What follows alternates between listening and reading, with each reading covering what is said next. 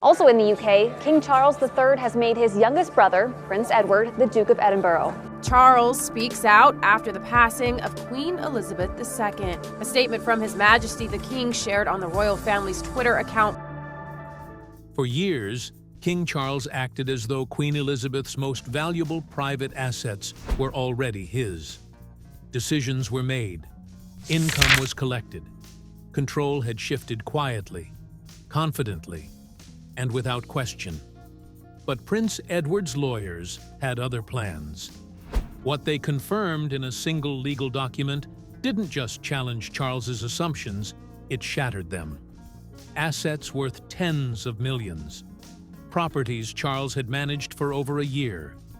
Never legally his. The palace went silent, and the king was blindsided. And Edward, the brother everyone overlooked, had been holding the truth all along. What exactly did the lawyers confirm? And why did it take this long to surface? Stay with us. We reveal everything. The brother. They forgot to understand why this legal battle shook the palace. You first need to understand who Prince Edward actually is, because most people barely noticed him. And that invisibility? It was never accidental. Born on March 10, 1964, Edward was the youngest of Queen Elizabeth's 4 children. By the time he arrived, the monarchy had already mapped out its future. Charles was the heir groomed, prepared, and watched closely from birth. Anne was the trailblazer, tough and fearless, already carving her own path. Andrew was the Navy man, confident and decorated. Edward? He was simply the youngest, the afterthought, the one the cameras moved past. And in royal families, and the youngest often gets the least attention and the smallest share of everything. As a child, Edward showed almost no interest in the things royals were expected to love. No horses, no countryside hunts, no military drills at dawn. While his siblings trained and performed for an audience that never stopped watching, Edward sat quietly with a Roberts radio tucked under his arm, lost in stories and sounds. He wasn't rebellious. He wasn't difficult. He was just different. And in a family built on image and expectation, being different was its own kind of burden. Some called him the weak link. Others just didn't call him at all. His early adult life did little to change that image. In 1986, he joined the Royal Marines, one of the most physically demanding military units in Britain. His Royal Highness Prince Edward spent several hours talking to those on Operation Kippian. He lasted 4 months before walking away. The headlines were unkind. For a royal son to quit military training wasn't just personal. It felt like a public embarrassment. His father, Prince Philip, a decorated naval officer, made no secret of his disappointment. Edward tried to rebuild his image through the arts. He worked behind the scenes at Andrew Lloyd Webber's Really Useful Theatre Company, learning the industry from the ground up. Then, in 1993, he launched his own television production company, Ardent Productions. For nearly a decade, he poured himself into it, producing documentaries, royal features, behind-the-scenes content. But the company struggled. A criticism followed him. In 2002, Ardent folded after years of financial losses and controversy over a documentary that filmed Prince William at university without his consent. From the outside, it looked like failure after failure. A man who couldn't commit to anything. A royal who kept stumbling in public. But here's what most people missed, and this is the part that actually matters. While his siblings filled headlines for all the wrong reasons, Charles's painful divorce from Diana, the Andrews scandals, Anne's brief but public split, Edward was quietly doing something none of them managed. He was building a stable life, one without chaos, one without crisis. In 1999, he married Sophie Rhys-Jones, in a ceremony that felt genuinely warm. But the wedding of Prince Edward and Sophie Rhys-Jones was still a royal event. Rather than ceremonially cold. Their marriage, unlike those of every other Windsor sibling, held. No dramatic separations, no courtroom battles, no front-page betrayals. Just two people are raising two children, James and Lady Louise, and showing up for the crown when they were needed, without demanding anything in return. Lady Louise, in particular, became a quiet thread connecting Edward to his mother. She inherited the Queen's deep love for horses and carriage, driving, a very specific passion that few in the family shared. On weekends at Windsor, grandmother and granddaughter would spend hours together, away from protocol and press photographers. These were not grand state moments. They were quiet Sunday afternoons, the kind that leave no official record but stay with a person forever.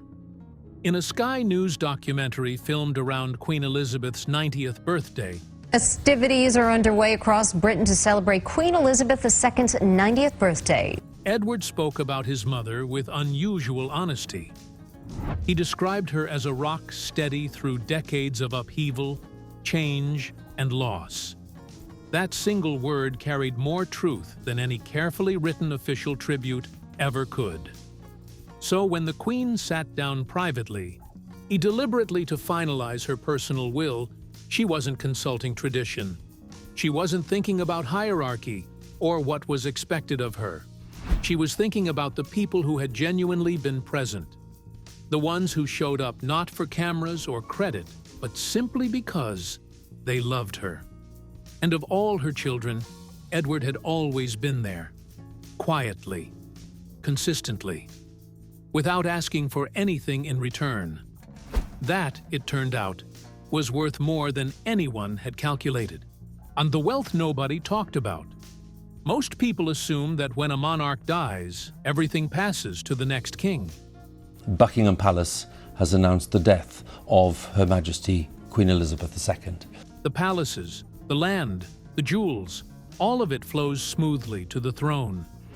And it's wrong in ways that most people, including, apparently, King Charles himself, never stopped to question. Royal wealth is not one thing. It never has been. It is split into very distinct categories, each governed by its own set of rules. And confusing one category for another can have serious legal consequences. The first category belongs to the state. Assets like the Crown Estate, which covers vast stretches of land across England, Scotland, and Wales, valued at over £15 billion, are not the monarch's personal property. No king or queen owns them privately. They are held in trust for the nation and pass automatically from one sovereign to the next the moment a reign ends. The new monarch doesn't inherit these. They simply step into the role of custodian. The second category includes institutional holdings. Properties like Buckingham Palace and the Tower of London fall here, managed for ceremonial, governmental, or public purposes. Again, not personal, not transferable through a will. But the third category is the one that changes everything, and the one this story is really about. Personal private property. Assets that a monarch acquires as an individual, purchased with personal funds, built through personal investment, owned outright with full legal title, the same way any private citizen owns their home or their savings account. During her 70-year reign, Queen Elizabeth II was remarkably active in building this private wealth. She also personally owned Sandringham Estate in Norfolk, another privately held property, estimated to be worth well over £50 million. Beyond real estate, and she maintained significant financial investment portfolios and a personal art and jewelry collection whose full value has never been publicly disclosed. The Crown had no claim on any of it. Parliament had no say. These assets answered only to her will. When she passed away on September 8, 2022 at Balmoral, her private will became the single most important legal document in the room. Concealed under a 1910 court order that keeps royal wills private, a protection extended to senior royals to shield family finances from public scrutiny, its contents were known only to a small group of executors and the individuals named within it. Royal wills in the UK are not published. They are not filed in public records, and they exist in a legally protected space that even the press cannot reach. But the people named in them know exactly what they contain. And what Elizabeth had written surprised nearly everyone, especially Charles. According to legal confirmations that emerged after her passing, the Queen had not directed the bulk of her private estate to her eldest son. Instead, she had made deliberate and specific choices.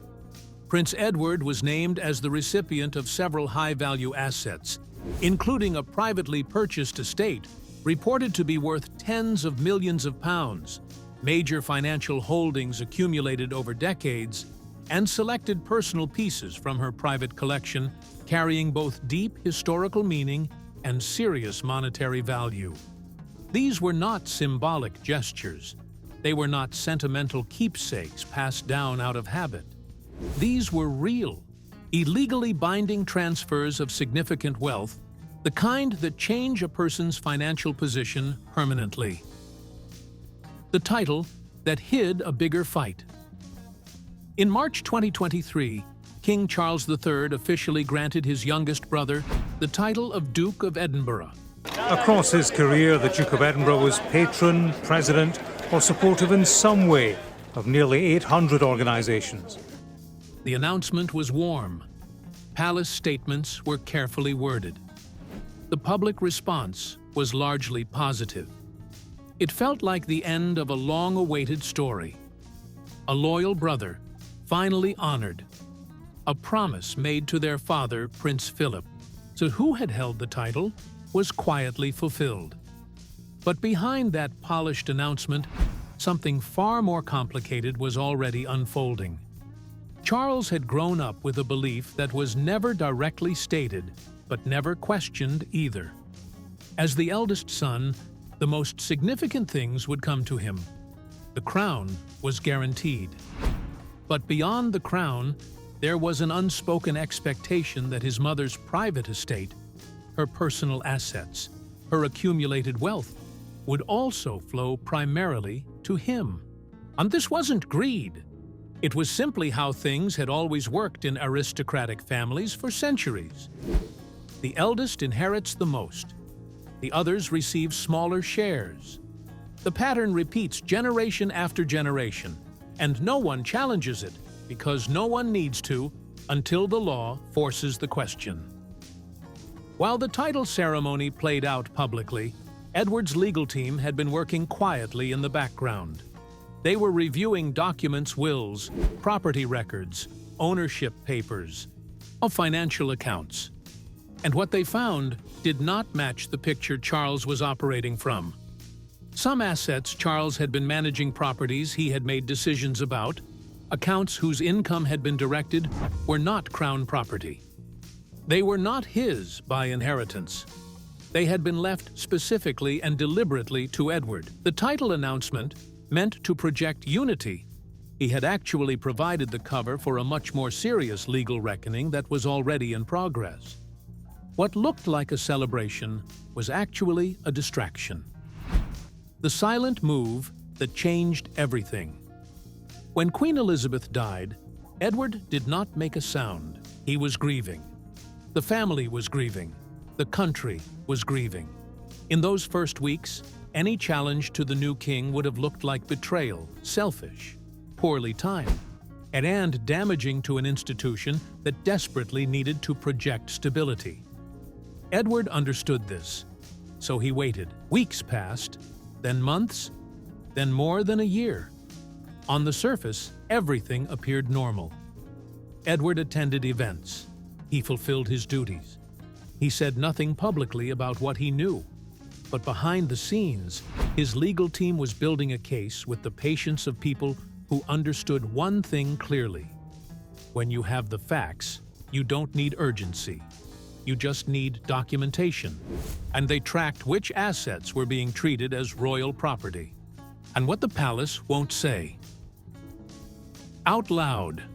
After the legal documents were delivered, the palace did what palaces always do when faced with uncomfortable truths.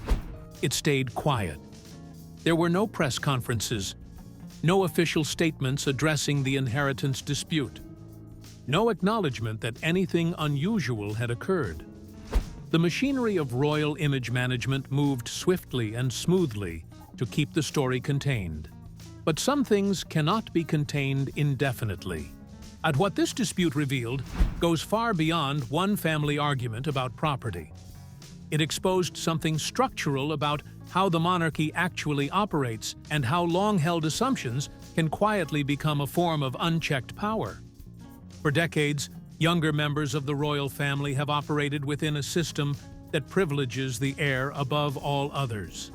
Edward had spent most of his adult life playing by those unwritten rules. He had absorbed delays. He had accepted vague assurances. Then he had been patient when others would have pushed back. His wife Sophie had watched this for years. As their children grew older and the question of their family's future security became more pressing, she began asking harder questions. What exactly would Edward's years of quiet service amount to?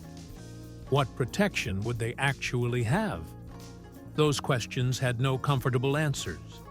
When palace officials finally moved to manage the situation, and they approached it the way they had always approached Edward, with the assumption that he would accommodate, compromise, and ultimately step aside. They offered alternatives, substitutions, carefully worded arrangements designed to make the problem disappear without any public acknowledgement. Edward said no, not loudly, not aggressively, but firmly, clearly, and without retreat. It was the first time in his adult life that he had refused to be the one who bent. And it changed something not just in the outcome of the dispute, but in how he was perceived within the institution itself. The dependable, quiet, undemanding Edward had drawn a line. And everyone in that palace understood that this time the line would hold. What the palace won't say publicly is what this moment actually means. That even the most obedient members of a royal family have a breaking point. That loyalty without fairness eventually corrodes. And that a sealed will, written with precision and intent, carries more authority than centuries of assumptio. They just went back to being the things nobody talks about, until the next time someone decides to stop staying silent. Prince Edward spent decades being the royal nobody watched closely. He failed publicly, stayed quiet when others caused chaos, and never once demanded recognition for the years he showed up. But Queen Elizabeth watched. She saw everything. And when it mattered most in the one document that carries actual legal force, she made her intentions clear.